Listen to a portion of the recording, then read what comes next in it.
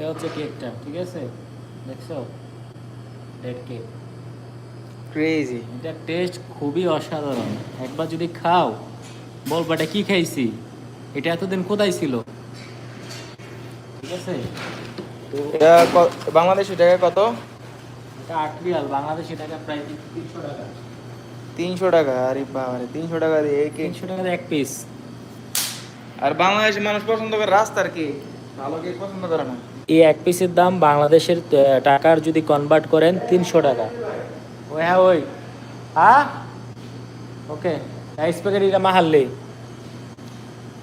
ঠিক আছে, এই কেকের এক পিসের দাম হচ্ছে বাংলাদেশে ৩০০ টাকা।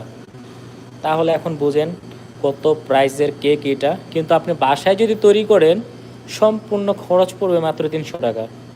পুরোটা বানাইতে আপনার ৩০০ টাকা খরচ পড়বে। ঠিক আছে।